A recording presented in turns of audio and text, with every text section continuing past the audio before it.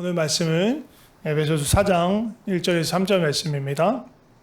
그러므로 주 안에서 갇힌 내가 너희를 권하노니 너희가 부르심을 받은 일에 합당하게 행하여 모든 겸손과 온유로 하고 오래 참음으로 사랑 가운데서 서로 용납하고 평안에 매는 줄로 성령이 하나 되게 하신 것을 힘써 지키라. 아멘. 오늘 말씀 제목은 부르심에 합당하게 라는 제목으로 말씀 나누려고 합니다. 사실은 이 말씀은요, 제가 2022년 준비하면서 내년 한 해를 어떻게 하나님의 뜻 안에서 우리 교회가 준비하고 또 나아가면 좋을까 기도하면서 주신 말씀을 좀 정리한 거예요. 그래서 내년 우리 붙잡을 말씀은 이 에베소서 4장 1절에서 3절 말씀이 될 거예요. 다음 주에 이제 공동회가 있으니까 공동회 뭐 이렇게 내년에 어떤 사업 계획이나 목회 계획에 대해서 설명을 해야 되는데 시간이 길지 않아요. 그 앞에 또 내 다음 주일날 설교로 풀기에는 그 뒤에 공동회가 있으니까 압박이 있어서 충분히 얘기를 하지 못할 것 같아요.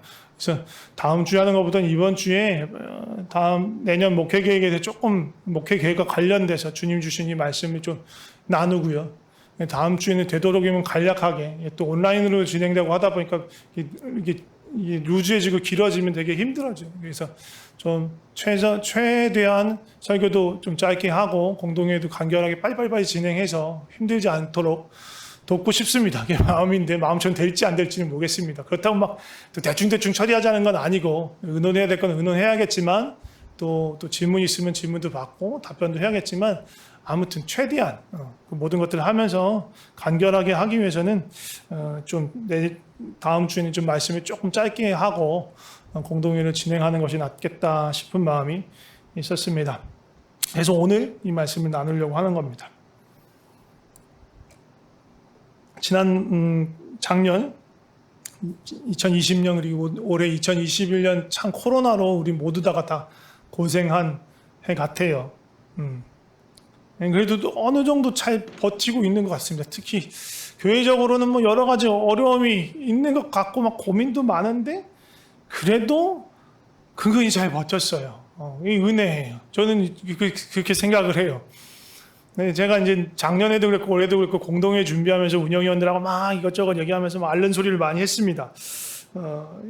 여러 가지 이제 재정적인 거나 막 그런 것들을 보면 두려움도 생기고 걱정도 생기고 막 그래서 예배당 건물을 어떻게 해야 되냐 막 다른 거를 어떻게 고민을 해야 되나 막 그런 고민들도 있었는데 1년, 2년 이렇게 지나고 보니까 그래도 하나님께서 우리를 잘 붙들어 주셨구나. 많은 교회들이 필리핀 안에 있는 많은 교회들이 교회를 정리하고 목사님들 중에 철수하시는 분들도 계시고 한인교회를 아예 접고 그냥 선교사 겸 한인교회 하는 목회자로 오신 분들은 이제 한인 목회 아예 접고 선교사역에 그냥 올인하신 분들도 계시고 임대료가 엄청 밀리신 분들도 계시고 그래서 온라인 예배가 주가 되니까 정말 건물을 정리하시고 온라인 예배만 드리시는 그런 교회들도 있고 여러 가지 다양한 모습이 있고 다양한 한인교회들이 아까도 그래서 기도하자고 했던 건데 어려움들을 겪고 있어요. 어떻게 보면 그런 상황에서 본다면 우리 교회는 그나마 정말 잘 버텨온 것이 아닌가, 잘 지내온 것이 아닌가 그런 생각이 들었어요. 제가 잘해서 그런 것 같지는 않고요. 우리 성도 여러분들이 정말로 어려운 가운데서도 교회를 사랑하는 마음으로 많이 애써주셨다라는 생각이 많이 들었습니다. 많이 기도해 주시고 또 그랬다는 생각이 많이 들었습니다. 근데 또 돌아보면요. 목회자로서 제가 잘 감당을 했나라는 생각도 들어요. 그냥 뭐 작년 같은 경우에 갑작스럽게 닥친 일이니까 뭐 예배도 이렇게 했다 저렇게 했다 막 이것저것 해보다가 뭐 이렇게 뭔가를 찾아가는 그런 와중이었던 것 같고요. 올해는 그런 부분들로서는 대단히 안정적이긴 했지만 딱히 뭔가를 하진 않았던 것 같아요.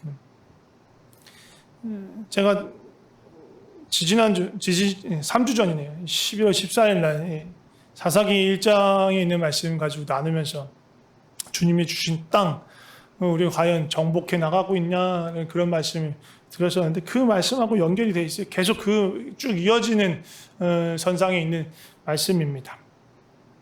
우리가 과연 주님이 주신 땅을 정복해 가고 있나 라는 걸 봤을 때 이게 무슨 꼭 뭐 부흥이나 막 어마어마한 전도나 선교를 말하는 게 아니에요. 그런 사역 말하는 게 아니고 우리가 정말로 우리를 향하신 하나님의 부르심에 합당한 일들, 그 부르심을 잘 감당하고 있나 라는 것을 좀 돌아보게 되는 거예요.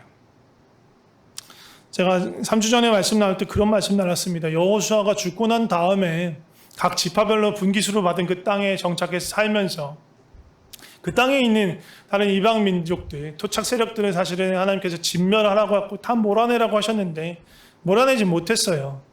몰아낸 일부는 몰아내기도 했는데 어떤 데는 힘이 안 돼서 두려워해서 무서워해서 못 쫓아냈고요. 나중에는 힘이 생기고 충분히 몰아낼 수도 있고 진멸할 수도 있는 상황인데 안 쫓아냈어요. 대신 그들과 함께 어울려 살면서 그들을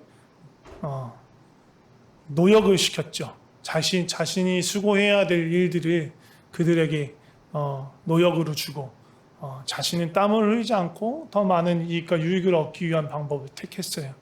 하나님이 원하셨던 방법이 아니었습니다. 사사기를 이제 계속 새벽마다 봐서 알겠지만 시간이 지남에 따라서 그 토착 세력들이 이방 민족들이 점점 더 강해져요. 힘이 세져요. 왜? 이스라엘 백성이 하나님을 찾지 않으니까 있게 되니까 점점 섞여서 살면서 그렇게 지내다 보니까 오히려 이제 이스라엘 백성들이 그 토착 세력들에 의해서 억압과 착취를 당하는 일들이 더 많아지고 반복되어지고 더 길어지게 되는 겁니다. 다시 한번 말씀드리지만 우리가요 코로나 이 어려운 시기를 잘 견뎌왔어요. 잘 극복했어요. 잘 극복해 오고 있어요. 충분히 잘 감당한 부분들이 많아요. 그런데 어떤 부분들은 우리가 부족했던 부분들, 특히 이제 목회자가 방향을 잘 못 잡아줬기 때문에 그런 일들도 많았을 거라는 생각이 듭니다. 그래서 우리가 교회로서의 어떤 부르심들을 감당을 해야 하는가 그런 것들 오늘 좀 말씀 안에서 좀 살펴보고 또 내년에 그래서 어떻게 하면 좋을지에 대해서 말씀을 나누고 싶습니다. 오늘 말씀이 에베소서인데 에베소서는 사도 바울이 에베소 교회에 보낸 편지예요.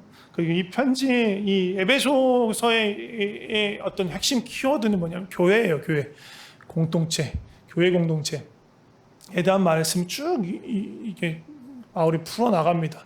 네, 3장까지는 조금 어떻게 보면 교리적인 것, 이론적인 것에 대해서 얘기를 하시고 그리고 오늘 이제 본문이 4장인데 4장부터는 실천적으로 그래서 성도와 성도의 공동체인 교회가 무엇을 행해야 하는가, 어떻게 살아야 하는가에 대한 이야기를 나누는 거예요.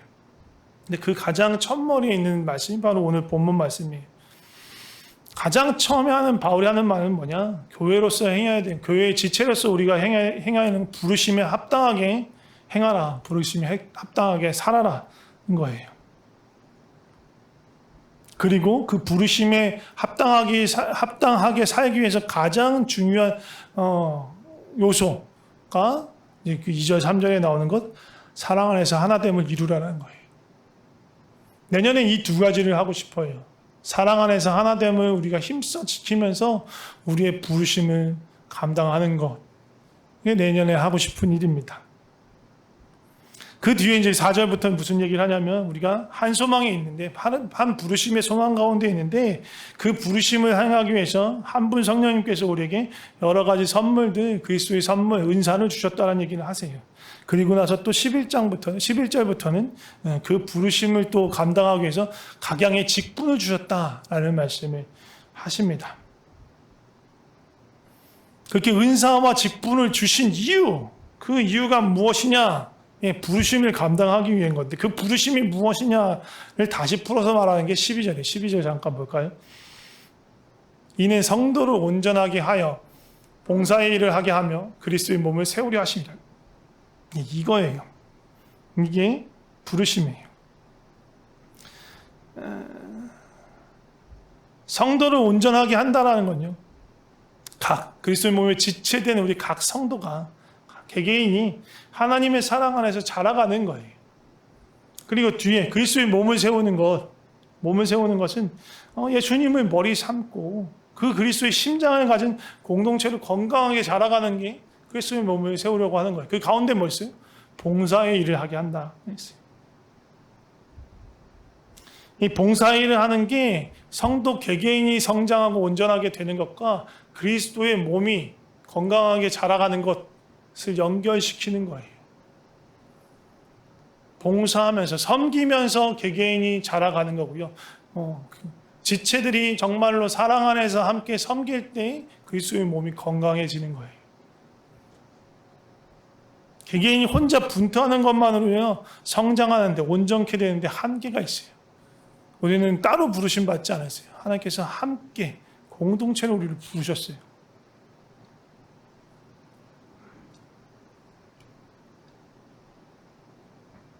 근데 그 개개인이 그냥 모여있는 것만으로는 그리스도의 몸 그리스도의 교회가 되지 않습니다. 그냥 모여있는 모임, 집단으로는 그냥 그것이 그리스도의 몸이다, 교회라고 말할 수 없어요. 그것을 위해서 필요한 게, 연결되는 데 있어서 필요한 게 바로 봉사하고 섬김인 거예요. 그럼 그리스도의 몸 안에 어떤 봉사의 일, 어떤 섬김의 일이 있어야 하는가? 11절에 보면, 에베소 4장 11절에 보면, 어떤 사람 사도로, 선지자로, 또 복음 전하자로, 목사하고 교사로 세우셨대요. 삼으셨대요. 이 일들을 감당하죠. 이건 어떻게 보면 직분에 대한 거예요. 고린도전서 12장에 보면 직분과 은사에 대해서 쭉 나옵니다. 12장 8절, 고린도전서 12장 8절에서 10절 보면 자잘하게 써놨죠. 자막을 보면 머리가 아플 수도 있어요. 너무 빡빡하게 써놔서. 지혜의 말씀, 지식의 말씀, 믿음, 또 병 고치는 은사, 능력 행함, 예언, 영분별함, 방언 말함, 방언 통변함, 이런 은사들을 주셨대요. 또 이어서 고린도전서 12장 28절부터는 이것도 직분에 관한 건데, 사도, 선지자, 교사, 능력 행하는 자, 병 고치는 은사와 서로 돕는 것, 다스리는 것, 각종 방언을 말하는 것, 또 이어서 사도, 선지자, 교사, 능력 행하는 자, 병 고치는 자, 방언 말하는 자, 통변하는 자냐, 이렇게 말을 해요. 뭐 여러 가지 써놨는데 이게 사실은 이 은사와 직분이 여기에 국한되는 게 아니에요. 여기에 이게 딱 저 안에서 뭔가 하나를 골라야 되는 거, 그런 거 아니에요. 제가 여러 번 이 은사에 대해서 나눌 때마다 그런 얘기를 했는데, 은사는 교회가, 성도가 모여서 그리스도의 몸을 이루어감에 있어서 필요한 것. 그런데 하나님이 주신, 내가 아주 잘하지 못하는데 나에게 주신 작은 무언가가 있어. 그걸 내놓을 수 있는 게 그게 바로 은사예요. 아주 특출나게 잘하지 않아도 돼요. 하나님께 그냥 감사함으로 내놓는 것. 내가 기타를 칠 수 있어. 그럼 그 기타라도 그냥 내놓고, 내가 아주 노래를 기깔나게 잘하지 못하지만 그래도 하나님 앞에서 함께 찬양하는 게 즐겁고 찬양하고 싶어. 그것도 은사예요. 뭔가를 특별하게 잘하는 게 은사가 아니고 그리스도의 몸을 위해서 작은 것, 나에게 주신 작은 걸 내놓을 수 있는 것, 그 작은 것으로 섬김의 일을 하는 것, 그게 은사예요.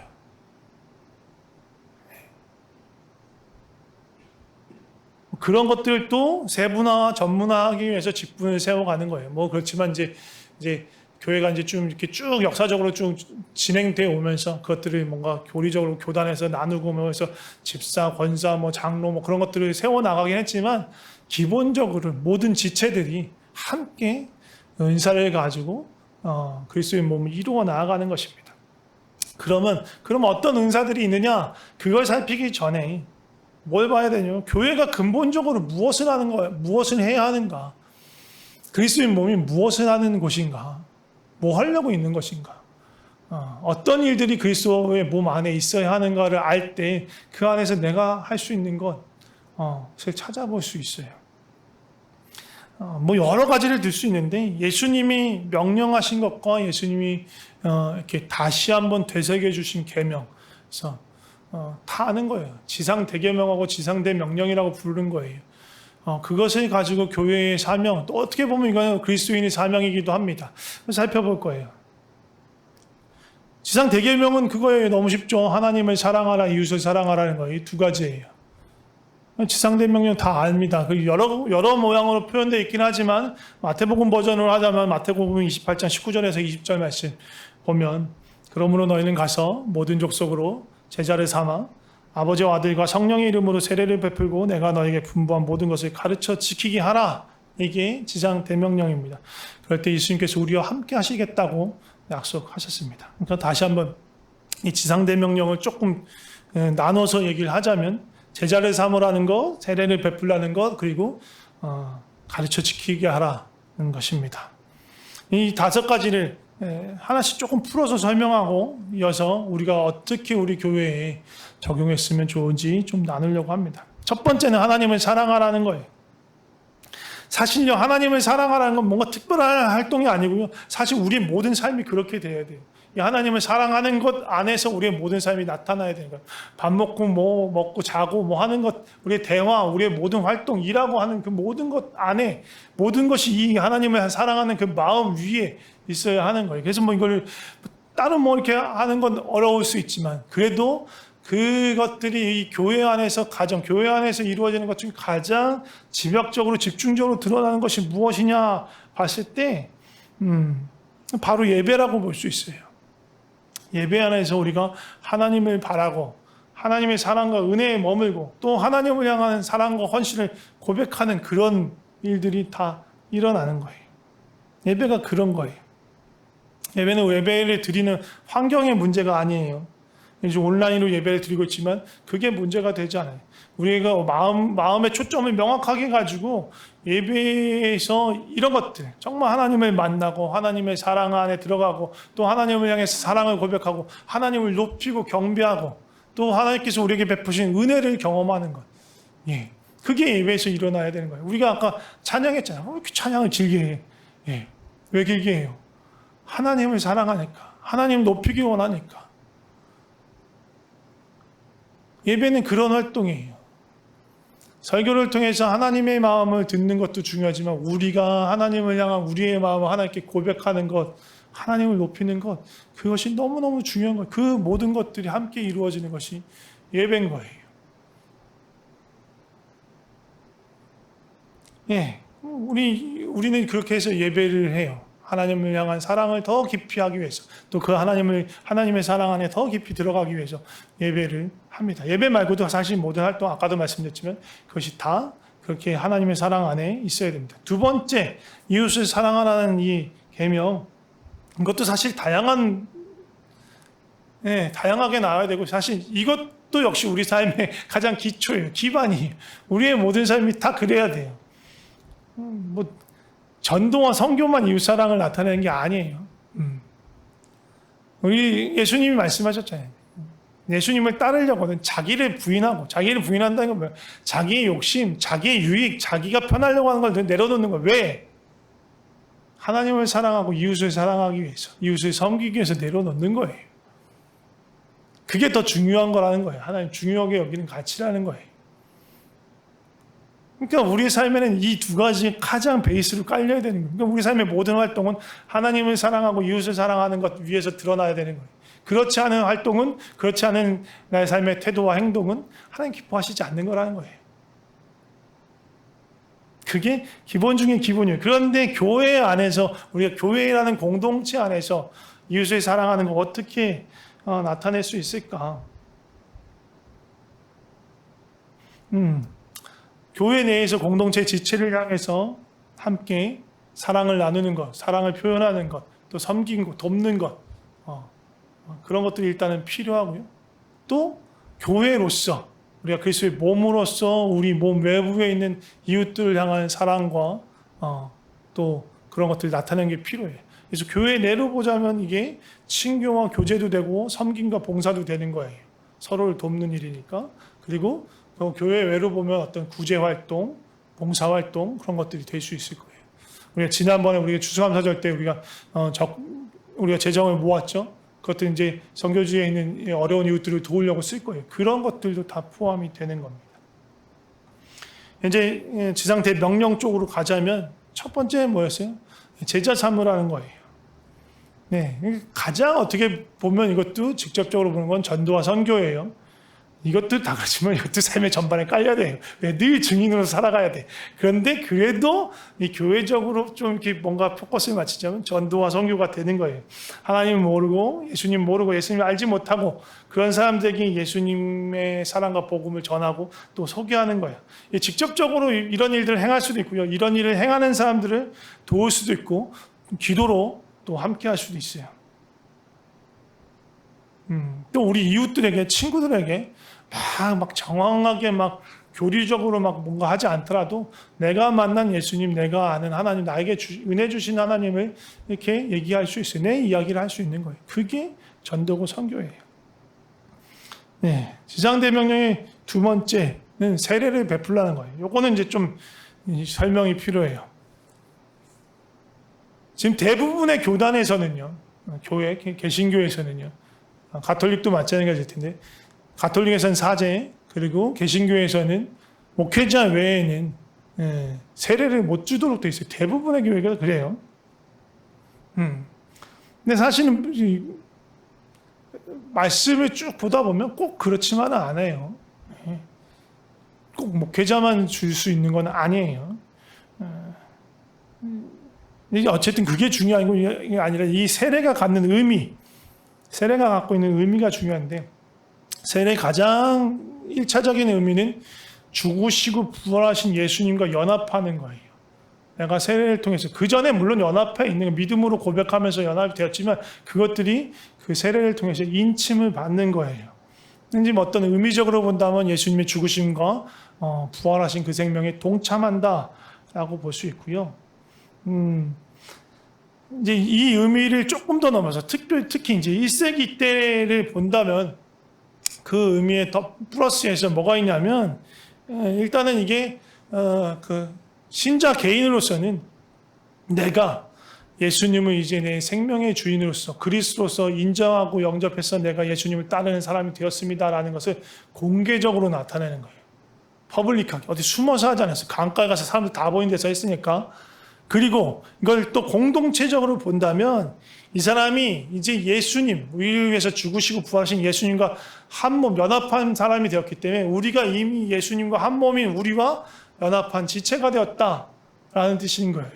우리의 예수 그리스도의 몸된 공동체의 일원이 되었다라는 걸 나타내는 것이 세례예요. 세례를 통해서 우리가 한 몸이 이루어가는 거예요. 그래서 이거에 좀 방점을 두어서 얘기하자면 세례를 통한 세례라는 것은 그리스도와 연합인 동시에 공동체, 다른 지체들과 연결되고 하나가 되는 것이다. 그래서 세례의 의미를 이걸로 보자면 우리가 지체들과 연합하고 하나가 되어가는 그런 과정, 그것에 힘쓰는 모든 것이 이 세례의 의미 안에 들어있다. 우리 성찬에도 그런 의미가 있어요. 우리가 한 몸을 이루어가는 것이 의미가 거기에 들어있어요. 그래서 우리가 그거에 힘쓰는 거예요. 오늘 본문에서도 말한 것처럼 모든 겸손과 온유로 하고 오래 참음으로 서로 사랑 가운데서 용납하고 평안에 매는 줄로 성령이 하나 되는 것을 힘써 지키게 하라. 이것이 세례의 의미 중에 하나인 거예요. 그것을 위한 교회 활동이 뭐가 있겠어요? 서로 교제하는 것, 모이기를 힘쓰는 것, 물리적으로 만나고 온라인으로 만나고 어떻게든 함께 모여서 연합하고 교제하려고 애를 쓰는 것.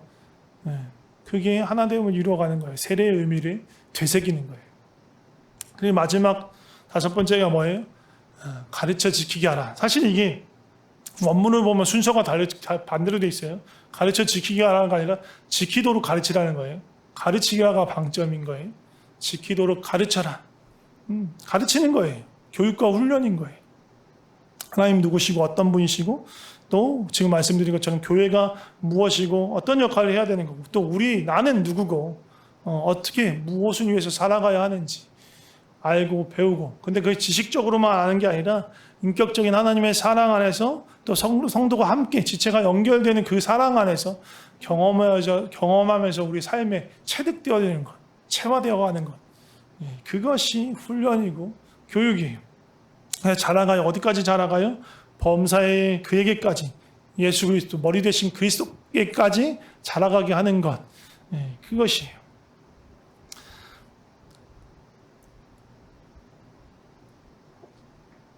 그런데 제가 지난 2020년, 2021년 2년 동안을 돌아보면서 과연 이런 활동들이 우리 교회 안에 있었을까? 다들 아시겠지만 재작년에 딱 코로나가 시작되면서 모든 것들이 다 올스톱이 됐어요. 사실 작년에는 부서가 있긴 있었죠. 부서장도 다 일단 세우고 시작을 했었으니까. 그러나 사실 아무것도 하지 않았고, 올해는 아예 그것조차 부서는 이름만 있었지 아무도 부서원도 없고 부서장도 없는 그런 한 해가 지나갔습니다. 그리고 제가 그거에 대해서 특별히 뭔가를 부담을 느끼거나 어렵지도 않았어요. 근데 이 한 해가 지나가고 2년이 지나가면서 느낀 건, 내가 어떻게 보면 너무 목회자로서 어떻게 보면 해야 할 일을 하지 않았구나. 어떻게 보면 방목한 것 같다라는 생각이 좀 들었습니다. 그래서 목회자를 잘못 만난 덕분에 여러분들도 같이 헤맨 것은 아닌가 하는 생각이 들었습니다. 물론 코로나기 때문에 우리가 할 수 있는 게 많지 않아요. 할 수 있는 게 많지 않다고 해서 아무것도 안 하는 건 아닌 거라는 생각이 좀 들었어요. 다시 사사기 이야기를 얘기하자면, 해안에 사는 사람들은 강하다고 했죠. 해안에 사는 토착 민족들은 되게 강해요. 해안이 워낙 풍족한 땅이기 때문에 그 땅을 차지하려면 힘이 있어야 돼요. 그리고 대부분 거기에 누가 살았냐면 블레셋 사람들이 살았어요. 히타이트나 블레셋 사람들, 해족성이나 블레셋 사람들이 살았는데, 왜? 걔네들은 강력한 철기 문화를 갖고 있는 사람들이었거든요. 철병거가 있는 사람들이었어요. 못 내려가, 이스라엘 백성들. 무서워서. 산지에 숨어 있는 거예요. 근데 그게 과연 합당한 일인가라는 생각이 저한테 계속 메아리쳐 오는 거예요. 아니다. 산지에 숨어 있어서는 안 된다. 산지만 하나님께서 우리에게 주신 게 아니잖아요. 해안과 골짜기를 다 주셨는데 산지에만 머물러 있는 건 합당한 일이 아니구나. 부르심이 합당한 일이 아니구나라는 생각이 들었어요. 그럼 어떻게 할 건가? 많은 걸 못해요. 할 수 없어요. 그렇지만 할 수 있는 걸 찾아야 한다는 생각이 들었어요. 일단은 가장 먼저는 부서를 다시 살릴 거예요. 그렇다고 부서장을 세울 건 아니에요. 부장님들 세우려고 생각은 없어요. 일단 부서를 살릴 거예요. 부서가 있다 라는 얘기를 할 거고요. 부서장을 세우고 또 뭔가 이전에 했던 것처럼 어거지로 할 필요가 없어요. 지금 할 수 있는 게 없는데. 그럼 뭘 할 거냐면 부서를 위한 교육을 먼저 할 거예요. 세미나를 할 거예요. 세미나를 하든지 아니면 설교에서 풀 수도 있는데, 이 부서가 왜 필요한가? 무엇을 위한 것인가? 그리고 그 전에 가장 먼저 사실을 나누고 싶고 우리가 훈련하고 싶은 건 기도예요. 중보 기도에 대한 얘기를 연초에 좀 할 거예요. 그래서 그걸 하고 나서는 각 부서별로 기도하는 모임을 가지려고 해요. 부서라고 하긴 좀 예배부가 있다 그러면 예배에 관심 있고 우리 교회 예배 안에 하나님의 기름 부음과 은혜를 좀 위해서 기도하고 싶은 사람 좀 같이 모여주세요. 기도하는 모임을 하는 거예요. 부서 모임이라고 딱히 이름을 좀 그렇게 하긴 해요. 재정부 이렇게 하는 게 아니라 그냥 우리 교회 안에 주님이 주실 것들, 그리고 우리를 통해서 주님께서 흘려보내실 것을 위해서 좀 같이 기도했으면 좋겠습니다 하는 사람들이 모여서 기도하는 거예요. 교육부, 우리 차세대 중고청의 다음 세대들을 위해서 기도가 필요한 것 같습니다. 함께 모여서 기도하실 분들 같이 모여서 기도합시다 해서 거기 모여서 같이 기도하는 거예요. 온라인이든 오프라인이든. 그게 먼저라는 거예요. 그거 할 거예요. 일단 연초에 어떻게 우리가 기도할 것인가에 대해서 먼저 말씀을 좀 나누고 함께 그 생각을 가지고 각 필요한 그런 교회에 필요한 일들을 위해서 기도하는 시간들, 기도하면서 주님이 이걸 안 주면 그냥 1년 내내 기도만 할 수도 있어요. 괜찮아요. 그런데 기도를 하다 보면 또 함께 모여서 주님 주신 그런 마음들을 나누다 보면 크든 작든 그 안에서 주님이 주신 아이디어가 있을 수 있어요. 그럼 그걸 행하면 돼요. 그게 이전에 그런 부서들에서 행했던 거건 안 했던 거건 상관없어. 주님이 주신 마음으로 기도하면서 주신 마음으로 우리가 순종해서 행하면 충분합니다. 그래서 일단은 생각하고 있는 것이 중보기도에 대한 뭐 세미나든 말씀이, 그리고 저 청지기 세미나는 이제 모든 우리가 청지기로서 교회를 어떻게 섬기고 그런 일들을 감당해야 될지, 예배 세미나는 사실 예배는 여러 번 작년에도 예배 세미나를 하려다가 중간에서 중단됐었고, 그래도 이제 지금 이제 상황이 그렇다 보면 예배의 본질에 대해서 많이 나누는 시간들이 있었습니다. 그래서 예배 세미나는 길게 하진 않을 거예요. 좀 길게, 좀 집중적으로 하고 싶은 건 선교 세미나, 구제를 포함한 선교 세미나, 그리고 자녀교육 세미나를 조금 더 집중적으로 좀 하고 싶습니다. 좀 하면서 정말로 우리가 무엇을 감당해야 되는가, 그리고 어떻게 기도해야 되는가 나누고 싶고요. 또 선교 활동, 우리가 직접적으로 선교하지 못하더라도 선교제 상황에 대해서 좀 많이 나누고 싶다는 생각이 들었어요. 기도할 수 있으니까. 저에게 정기적으로 이렇게 기도 편지를 보내주시는 선교사님들이 있어요. 저하고 이전부터 아시던, 대부분 알던 선교사님, 그냥 이전에 그냥 간사하고 교회에서 같이 지내고 하던 친구들, 동생들, 또 형님, 누님들이 이제 선교사로 활동하시는 분들인데, 저한테 뭐 하는 건 없는데, 제가 해주는 건 없는데, 이렇게 정기적으로 기도 편지를 보내주세요. 그 전까지는 저만 보고 읽고 기도하고 그랬는데, 같이 하면 좋을 것 같아요. 저한테 주는 기도 제목, 기도 편지 말고 여러분들에게 보내주시는 선교사님, 연결되어 있는 선교사님께서 주시는 기도 제목이 있으면 같이 나누셔서 그것을 교회에서 또 같이 기도하면 더 좋을 것 같아요. 어렵지 않잖아요. 코로나고 뭐가 상관없이 우리 할 수 있는 거잖아요. 그래서 그렇게 좀 먼저 기도로 우리가 일하는 걸 먼저 하면 좋을 것 같다는 생각이 듭니다. 그래서 그런 일들을 내년에 좀 쭉 진행하고 싶어요. 기도하다 보면 하나님께서 뭔가를 하실 것 같아요. 그래서 기대감이 있습니다.